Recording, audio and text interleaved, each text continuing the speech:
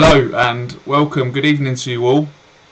Thank you for spending some of your evening with us as per usual on a Monday night. Um, I'm gutted because I wanted to watch the football and the same again tomorrow. But again, we're here again doing these Facebook Lives, bringing you some valid information that has landed with us. Some of you may have seen the DPC that we brought to you last Wednesday via a webinar. We revealed some of the changes that could potentially be in the new document when it lands. Matt, when is it landing? Couple of years' time. Couple of years' time. So we've got Matt with us this evening. Matt, what's your official title? I'll always get this mixed up. Head of Field Performance. So I look after the engineers, assessors who come out and carry out the food contractors and DIS assessments. So you're the one for dealing out all the strict punishments on all the contractors then? On the engineers. On the engineers, not the contractors. Well, another yeah. So it's 1st of March 2022. We're going to be launching it, and there'll be a transition period. So I may still be around by then. Hopefully, you're a valid asset within the company. So, please, if you do have any questions about the DPC, we will try and answer them to the best of our knowledge this evening. I noticed that there's quite a few people in there rocking about 105, 106 at the minute between all three platforms. For some of you that may not know as well, we're also running this via a restream, which basically means we're running it on YouTube, Twitter and Facebook. Some people don't deal with Facebook, so we're just trying to get out to you on all different social media platforms. You can pick and choose whichever one you wish to watch it on. Facebook seems to be the most popular one at the moment, but we would like to broaden everyone's knowledge and go to all the platforms, so somebody may not use Facebook. We've got some questions that came in off the back of our webinar from last week prepared that we're going to be going through. Some of the questions are about the DPC. Again, please, if you do have any questions on the DPC, do please fire them away. One of the questions, Matt, and one of the changes that was proposed to come in via the DPC is about the labels. Now, the labels themselves, the change that is being proposed is that there's not going to be any real need, or there's going to be certain labels that are going to be proposed to take out of the regs whereby you don't need to apply them to the consumer unit. So the question was, if the labels are missing on a consumer unit within a domestic dwelling, would these still require highlighting as a C3 if carried out on an EICR? Bearing in mind with the proposal that they're asked to be removed. So do we think that there will still be a C3 needed for labels? For certain labels, because the regs haven't changed yet, so we can only do the regs as is. Yeah. And changes may or may not happen. So we have to. All we've got is the current regs and the current guidance in best practice 4. So I think it suggests where there's 2 wiring colours, no circuit details, or safety electrical connection do not remove is currently suggested. There's still a code 3. So, and it will stay that way because all we've got is what is there, not what may or may not be in 2 years' time.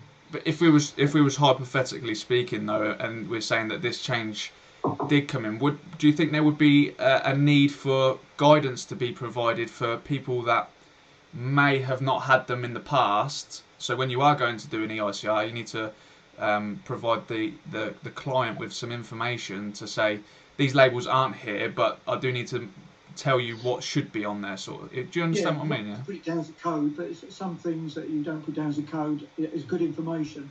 For instance, we sometimes mention about sort of things to do with 5839 Part 6 fire alarms, which doesn't come under 7671, but it's useful for the owner to know. And things that don't comply but are really no safety issue, they can be highlighted to the client, but don't need a code as such. Okay. The next question is there any clarification on the requirement for or use of earth electrodes for hot tubs installed outdoors under special location 702? That was the question. Have you managed to have a look through the DPC, and is there any clearer guidance There will within? be guidance coming on this. There's a connections article due out, I think, the next issue of Connections. Yeah. Where we talk about it. and there's no specific requirement in the regs for hot tubs and earth electrodes. It comes under general requirements of the regs. So there's quite a lot of detail, sort of manufacturer's guidance, whether it should be fixed wiring or not, etc. So RCD protected. There's nothing there that requires specific earth electrode in the regs. Okay. So that will come out probably is it the autumn edition, I think. Yeah. Now I know it's going to be in the Connections magazine, but you can also gain access to that article already via the portal using your secure part of the website. You can go in there and download it and have a read through, because people are still asking the question, Matt. They're unsure whether they can export the PME, whether they have to put that electrode down for hot tubs as well. Yeah, but by the regs, the regs do not say that you can't do that. To use a typical phrase. Mm-hmm. Some people just prefer, isolating the PME and taking out a TT. It's not a problem doing that. There's not a requirement to do it either. I think. And that is highlighted in that technical article, is it? Hopefully, I've got it here in front of me. It doesn't. It tells you what you've got to do, but not the regs doesn't tell you what you can't do. Okay. It tells you what you've got to do. So if it doesn't say you've got to do it, it doesn't mean you have to. Now, another massive change that could potentially happen if it was pushed through the DPC and into the regulations is in around AFDDs. At the moment, as it stands within the regulations, they sit there as a recommendation, and it goes on to list some of the parts or some of the places whereby you could install AFDDs or what they could potentially look after. Yeah. The proposal, Matt, is for it to go from a recommendation to a shall be. So the question I've got for you is, somebody's gone on and said that the boards with AFDDs will be so wide in dimensions, how are we going to fit them in the current positions? Now, I know manufacturers are working terribly hard at this, aren't they? They're trying to get this down to one device. Yeah. What I want to focus more on, apart from the question, is what's our view on AFDDs at the moment? Well, I think the search view and maybe some of our sort of partners' views currently arc fault detection devices started off in America. Yeah. It's low voltage, lots of wooden buildings, and much weaker building regulations in terms of socket connections, etc. So they double the current, lots of wood, and lots of places that could arc. I don't think we have those same conditions in the UK, GB. So, and we have many ring circuits which only bits of the circuit are protected, e.g. like the final connection to your tumble dryer, washing machine, or the spur. So I think our view is that the current regs are perfectly satisfactory, and that's what we'll be saying in our comments to the DPC. If the contractors out there believe the same, then please also put that in. Obviously, if you disagree, put that in as well, because we want to see what the industry feels about this. Our opinion, and we've talked to contractors about this, is we're all right with the, recommended, and there's a discussion about what a dwelling is. It's just recommended. It's not generally normal dwellings that you have to put it in yet, and we're not the cost implications against the potential savings. I'm not sure there's a case that's been made for that yet. Other people will disagree. Are the devices not an additional safety measure, though, Matt, when we start to look at AFDDs? Yes, you can always put an additional safety measure. You can have 25mm bonding and earthing everywhere, which is extra safety but extra cost. Yeah. So when you do a building reg, you have to do an impact assessment. Does the savings in terms of property or life, is it balanced by maybe millions of pounds extra that you have to pay? And that's what should, I believe, happen in this case. Matt just mentioned there that you can also comment on the draft for public comment. I believe someone will put a link, hopefully, within the chat to link you directly to the British Standards Development website, where you do need to be a member to gain access to it. But it's a free account, so you can just go on and log in and comment on the DPC. So if you wish to do so, you don't want to see AFDs being mandated, then by all means, please do go and comment on the DPC. Yeah, and if you do want them to be mandated, you can say that as well, because it's your honest opinion that the IUT, BSI want to hear, and us. Next question then is, how can you test the operation of an RCD when looking at effects of DC current when the load has been disconnected? Yeah, all you're doing when you do the tests with the test instrument is putting an artificial fault on. It's not to do what's in the circuit. So you're actually putting sort of DC components into that test. So you do not need any load connected. In fact, you know, we used to say turn the loads off when we were testing RCDs. No problem testing at the socket outlet, but equally there's no problem testing it at the board with no load on. So you're only doing this as a laboratory test. You're not doing a real life. You don't do it in. Yeah, I think the question, Matt, was referring to looking for DC current on AC RCDs, maybe. So how do you know that they're there? How can you check to see whether that RCD is still going to operate correctly? Well, you can only do. Are you talking about an AC? Yeah. So I presume the question is on the understanding of AC RCD already in situ. They want to test to make sure that there's no DC current within the system. All you can do is test it with the AC. We haven't got a test for it. So could we not maybe use a clamp meter on the earth, the outgoing earth, to see whether there's any sort of DC leakage maybe or anything like that? If there's leakage there, you could find out what's there, and then you might determine that you should just change it to type A, for instance. You can't actually test it properly. We can't use the currents that are in there. For all our tests are like a quasi-laboratory test by putting on either an AC leakage or a sort of some DC component, which we do on the A's types. So there's not really any proper way of doing it, I would say. You could check if there's DC component, if you would have some sort of clamp test. But in terms of testing it, you're not going to find out whether it works until something happens. Okay, now someone else has asked as well, what about the LED lamps being swapped by clients? Could these blind AC RCDs or RCBOs? It's a potential. That's why in the new the draft of public comment, we're talking about using not using ACs anymore for domestics. Yeah, they've changed the wording slightly, haven't they? And they're proposing that it now states that Type A are for general use, opposed to what it used to say was that Type AC were for general use. I think personally, Matt, that's going to see, if that proposed change does come in, I think that will see the end of the AC RCD, and everybody will just simply move over to Type A, because effectively it's logical. To be honest, A is not. It's not like some of the B's and F's that cost a fortune. The difference between A's and ACs is negligible. So it's one that I think Searcher is in agreement with. It makes it much more future-proof, much more resistant to various components being added. And I think it removes that ambiguity of do I fit this or do I fit that? You don't have that choice then, do you? It then becomes just you fit that Type A, unless you are seeing heavy DC currents being within that system. At that point there is when you probably look at maybe an F or a B.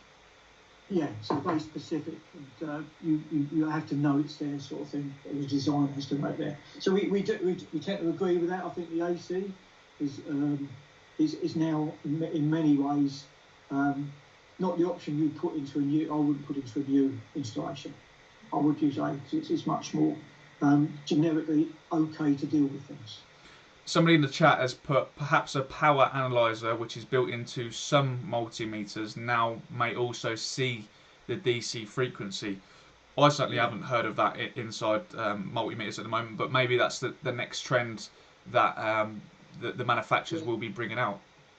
Yeah, I have a view of all these new appliances that come in. They shouldn't be coming in and affecting stuff that's already there, is my view, because why should you be allowed to add something that could make something less safe? That's not everyone would agree with that view, but say I've got a circuit breaker that's working fine, and suddenly you make a piece of kit that makes that circuit breaker not work. That's a bit. I don't think that's quite right for myself. But we cannot help the fact that in electronic circuitry there is going to be more DC component. That is the way of the world. So we have to move with that. So I do agree with the Type A over Type AC. Just to emphasise that. Somebody has said, do you think selectivity of RCD should be addressed in the new amendment, i.e. not installing a Type B downstream of a Type A? We saw this brilliant guide from Beamer where they come out and had a clear diagram to say this is what you should be installing like. Yes, because they're Beamer the expert on these devices. So if they say, you in terms of selectivity, you shouldn't have B there and A there, or A there and AC there, then we should follow that guidance. And maybe an informative annex would be useful for it, so that people do know it. Yeah.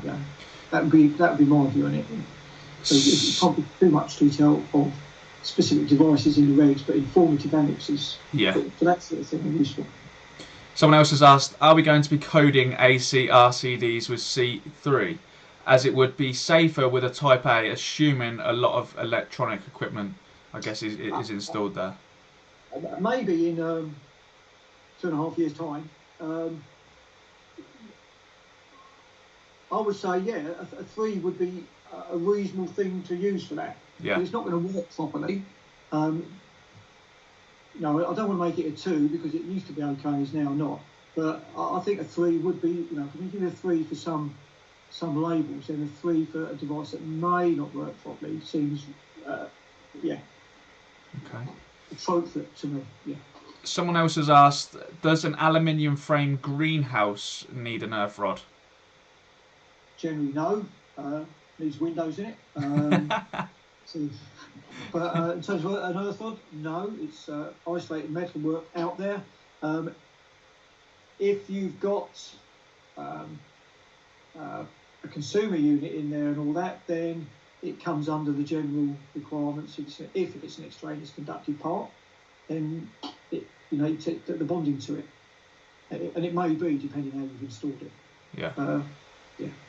But typically speaking, if it's just an aluminium frame greenhouse with, I don't know, some sort of heaters in there that are not connected via, it's not fixed wiring within the building. Yeah, you wouldn't need it. But if it's connected to the fixed wiring, if it is then identified as an extraneous conductive part, it may not be. It may just be sitting on, rubbers and not actually connected to earth, for instance. Depending how you've installed your greenhouse. Someone else has asked, are Type A RCDs to be used on all new installations? Well, currently as it stands, in the regulations it still states that for general purpose you can use AC RCDs, so you can continue to use those. At the point of install though, you really do need to be sure of what's going to be fitted within that installation. If you don't know what's going to be fitted in there, you're just doing a complete fit out for somebody, you have no idea of its purpose, then general Type AC RCDs are okay. If you're doing something that's bespoke or you're doing a consumer unit change, at that point there you would need to understand that installation, and if you can understand that installation, if there's LED drivers that may be fitted in there, or whether there may be washing machines that have variable speed drivers in there, you can also then say, I think this is not being used as general purpose. It does go on to say in the regs, and it gives a little list as to, I'm sure it does in the regs there, Matt, it does say that there's a list of, a short but not exhaustive list of what things and what RCD should be used for. Again, just using common sense, if I was doing a spec now, I would just put in Type A, because it's not really going to cost me a lot of money, and it just future-proofs it and makes it generally less problematic. Yeah. I can't say you have to, if I don't know what's going to be in there, like you said, Jake. If I do, you have to do some investigation to find out what's in there, but you just know that A is not going to generally come back and bite you. Yeah. So I would be encouraging people, if I was out there, I'd be putting type A's in, definitely. Someone else has asked, lighting circuits early 1960s with no CPC installed at all fittings, etc. Yeah. Are all class 2, if all light fittings are class 2, is it still a code 2 with relation to needing a CPC to comply with ADS with cables installed in a wall and such alike? So code 2 is there's a no circuit protected conductor for a lighting circuit supplying class 1 equipment, right? So you're saying it's all class 2? There is a best practice guide on this, one of the early ones, could be 2, could be 3, where we've got a long detailed thing of if there's only plastic fittings and you put up a label, Yeah. you could still say it's satisfactory for continued use. So if I put, I think, is it in our best practice guide 4? Maybe. Yeah, absence of circuit protected conductors and circuits having only class 2 luminaires and switches is put down as a code 3. More advice is given in that in the best practice guide. Yeah. Because what you want to make sure is, actually my daughter had her place inspected by one of our approved contractors, and he rang me up. He used to be one of my students. I said, "Oh, we've got metal light fittings. There's no earth. Is that Then I found out they were 12 volt, and but there was the earth had been obviously it often gets cut back. So it's generally a code 3 whether it's class 2 equipment, but there should be some labels there so that the people aren't going to suddenly get Change rid them, of yeah. 12 volts lighting or plastic lighting and suddenly put these lovely chandeliers in without an earth. So you need to read the best practice guide on that one. But generally it's a code 3, but we need to make sure that the clients aren't going to suddenly change those plastic drops to metal chandeliers and similar. Will NIC EIC be making an RCD info sheet for clients/homeowners? There's nothing that I know at the moment on. I've not spoken to the technical author about anything like that of producing the sheets for RCDs. There may be something that Electrical Safety First may be doing at some point. So keep an eye out for that. Yeah, it depends on sort of the client needs. They don't really understand type A's, ACs, B's, RCDs. They can understand a test button, I would suggest, and they can. We have explained in the past then about earthing and bonding in sort of simple terms, so that they don't think people are trying to rip them off when they say, "Well, you've got no bonding, you've got no earthing." Sort of some clear pictorial information is given, but we don't tend to talk about types of RCDs because they're just not going to get down to that detail. They turned off by the time you said RCD in a lot of cases. Things that I've got to mention, I probably should have mentioned at the beginning, I'll probably get told off after this. There is I'm going to get this right now, virtual exhibition. So similar to what we used to see when we used to be at Tech Talks or live, where you used to come along and see us for the day or half a day where we'd do some technical seminars, and you'd also get to see the manufacturers. Voltman Live will be running all week. There is a link within the comments if you do want to register. We're going to be doing a live webinar going into more detail about the DPC over on that platform of, I'll just get this right, Tuesday tomorrow, so 7 p.m. So that means I'm going to miss the Mighty Spurs miss the game again. That might at the weekend. And EICR coding as well. We're going to be delivering a webinar on Thursday at 7 p.m. If you want to go over to the Voltman virtual exhibition, we will be giving away a lot of our pocket guides as well. So we're giving away 100 sets of those to the first 100 customers. I don't know the logistics of it and how it works. I know that you have to go into our page, sign in, have a little look round, click on the buttons, where you can register to get those 100 free pocket guides. You can't get all of them, you only get one per customer. But yeah. Anything else I need to mention?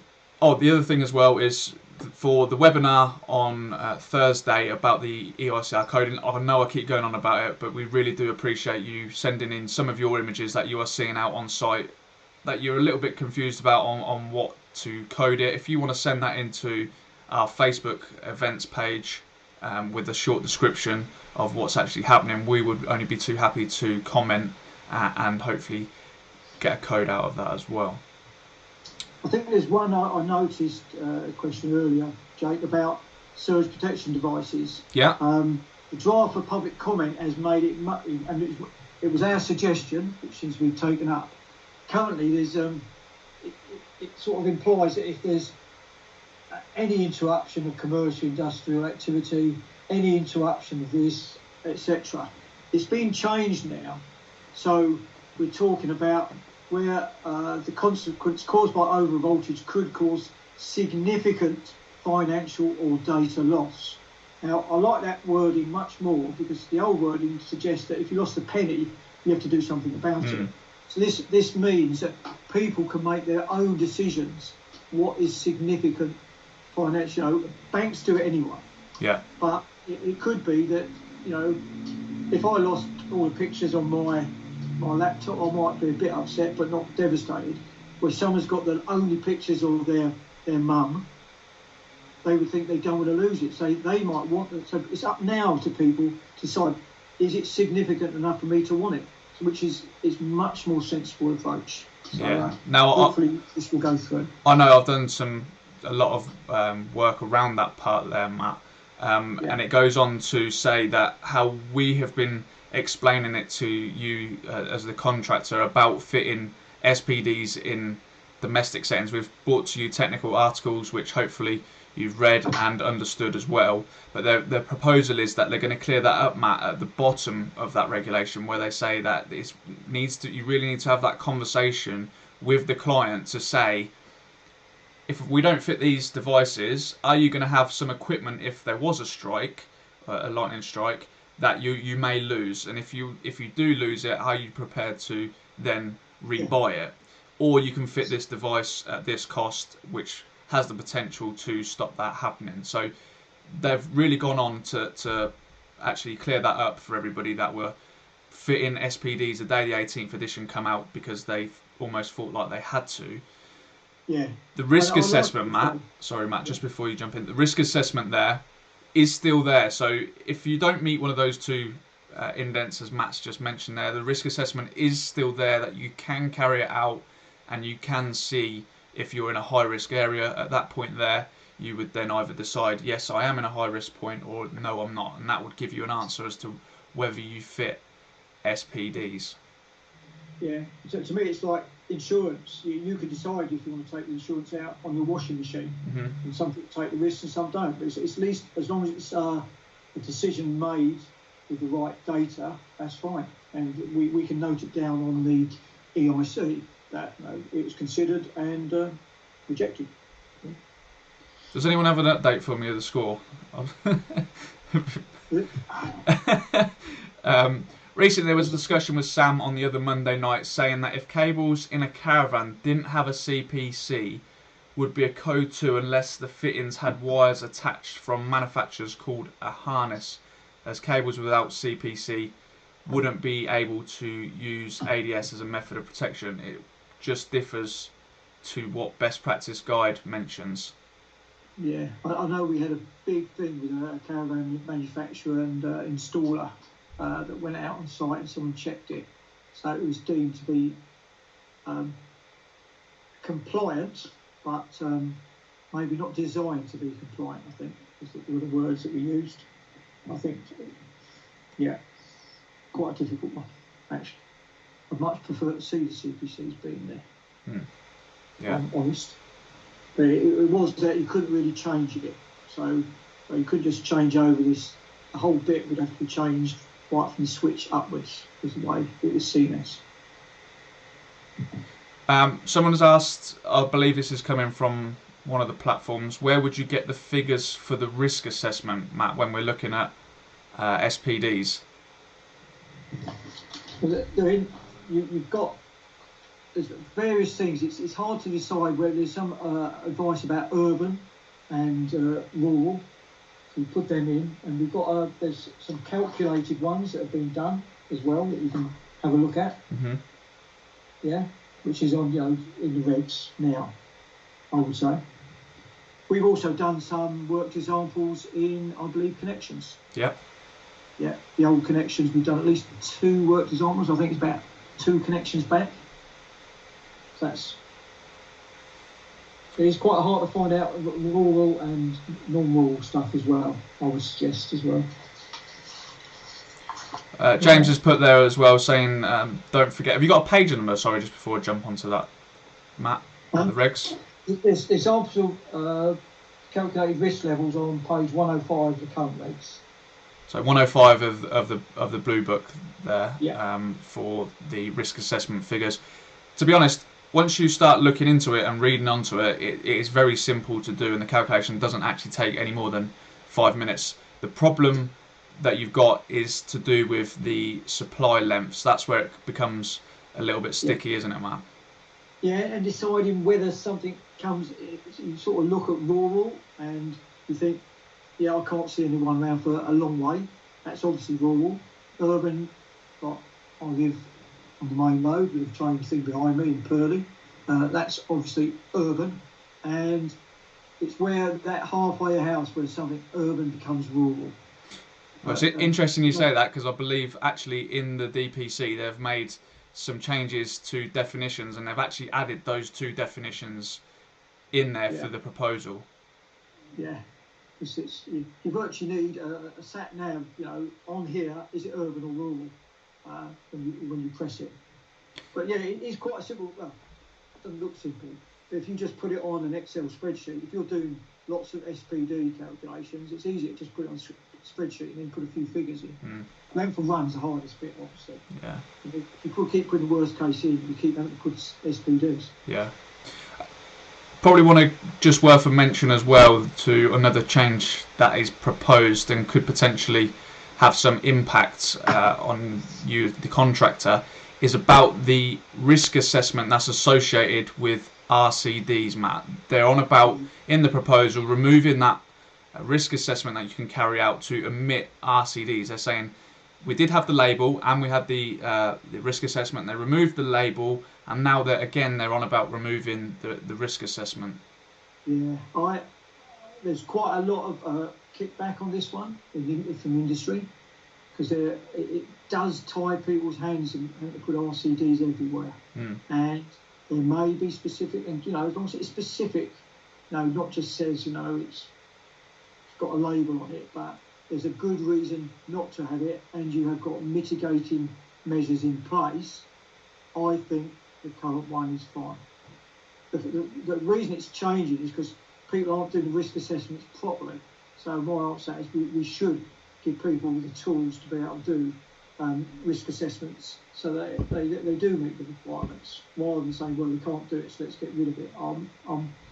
That's a sort of a general view from Searchshore, but I think many of our colleagues in the ECA agree with that as well, because when you're doing commercial fit outs and you're doing sort of server rooms and that, I think the last thing we really want to see are RCDs. Yeah. Someone's asked, do you think manufacturers will phase out type AC RCDs? Yes. If that proposal goes through and they change them to general use, as we've mentioned already, the type A is above and beyond the AC, but it can still do everything an AC can do. So there is really going to be no requirement for them. We know that we know countries in Europe, they don't fit our AC RCDs at all. From my understanding, Matt, it's actually us in the UK are pretty much one of the only countries that still use the AC RCD. Yeah. Everyone in Europe use A. It's sort of by sort of evolution, it's dying out. Basically, you don't gain anything by using it, and you can lose something. So why would you? Is the general consensus. Got a bit about RCBOs as well, isn't there, in the new? Yeah, there's a proposal that under the recommendations, they're also going on to suggest about RCBOs. I think it's steering contractors down to use RCBOs, but it's not limiting them to just using the RCBOs, No, Matt. it's yeah. And to be honest, if I had a choice from scratch, using just a fully RCBO board, which means it's easier to change it to MCBs if you need to as well, to me is the better option. There is a cost implication at the moment, but it's getting lower, that cost implication. There's less connections. It's a simpler installation. Yeah. It's easier to fault find. It does give you more control. So, when I move the next time, unless I'm too tight, it will be RCBO circuit consuming unit, because it makes things a lot simpler. The trouble is, you've got dual board, you have got more connections to make in there, and the more connections there are, the more things that can go wrong. So we haven't discussed this at Churchill as such yet, but my personal view is, I think it's a reasonable good thing. It hasn't mandated it. I think my view is I wouldn't mind a movement towards more RCBOs, because that will happen. What that would cause is the price of RCBOs will then drop, because you'll get the economies of scale producing them. Yeah. Mm-hmm. Someone's just told me it's 2-1. It's very helpful, but I don't know which one's which. I don't know who's who. Liverpool at home, so that means it should be Liverpool winning. Yeah, hopefully. Are they above this now? I don't know. I don't think anyone can see it on the screen, Matt. In the top left corner, as you see it, I believe. Yeah. As the people watching will see it, is there's a tiny little Crystal Palace you've managed to sneak on the banner as well. Yeah, I'm going to be having word with your line manager about that. That's, yeah. I think he's an Arsenal supporter, I think, actually, my manager. He is indeed. Somebody said there that we have only fitted RCBO boards for the last 15 years. Brilliant stuff. It's that really for the client, Matt, is a blessing, because they know exactly what they're dealing with. Yeah, it makes it so much easier. If you do get a callback, it's so much easier to find out what's gone wrong. Now I remember when I worked in hospitals years and years ago, the whole ward, the lighting, used to be on one 30 milliamp RCD, and you're talking about 100 or so 5-foot fluorescent lamps, and they used to trip. Used every to get day. Out. 4 hours paid. Well, can you sort out what's wrong? I said no. Life work. It was awful. So gradually we're moving, and it's great that people have conversations with their clients and persuade them to use them. That is great. That's the right. So it's good for you, and it's good for them. Yeah.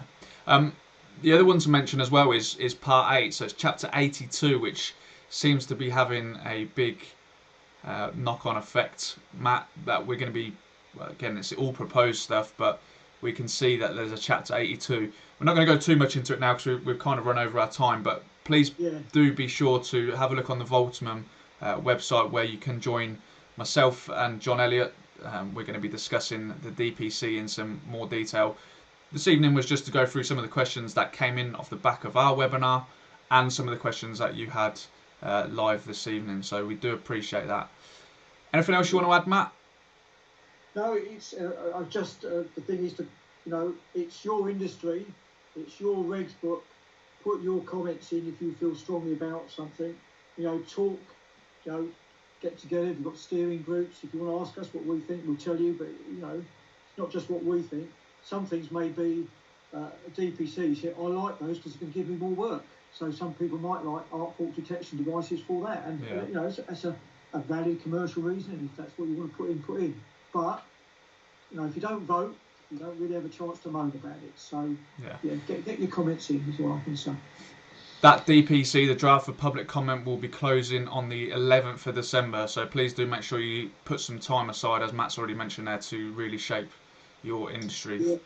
We didn't mention foundation earthing tonight. It's another thing that is sort of proposed and goes in and out. And we think, from Searchall's point of view, that really it should be part of the building regs with an impact assessment. Yeah. But again, that's something for you to look at and see what you think. Yeah. Again, as Matt said there, another change that could potentially be coming in. But from us this evening, that is all we will be doing this evening. So please, again, stay safe and enjoy the rest of the football. And we look forward to catching up with you soon. I'll get my cold fish and chips. Yeah. So, yeah, thanks.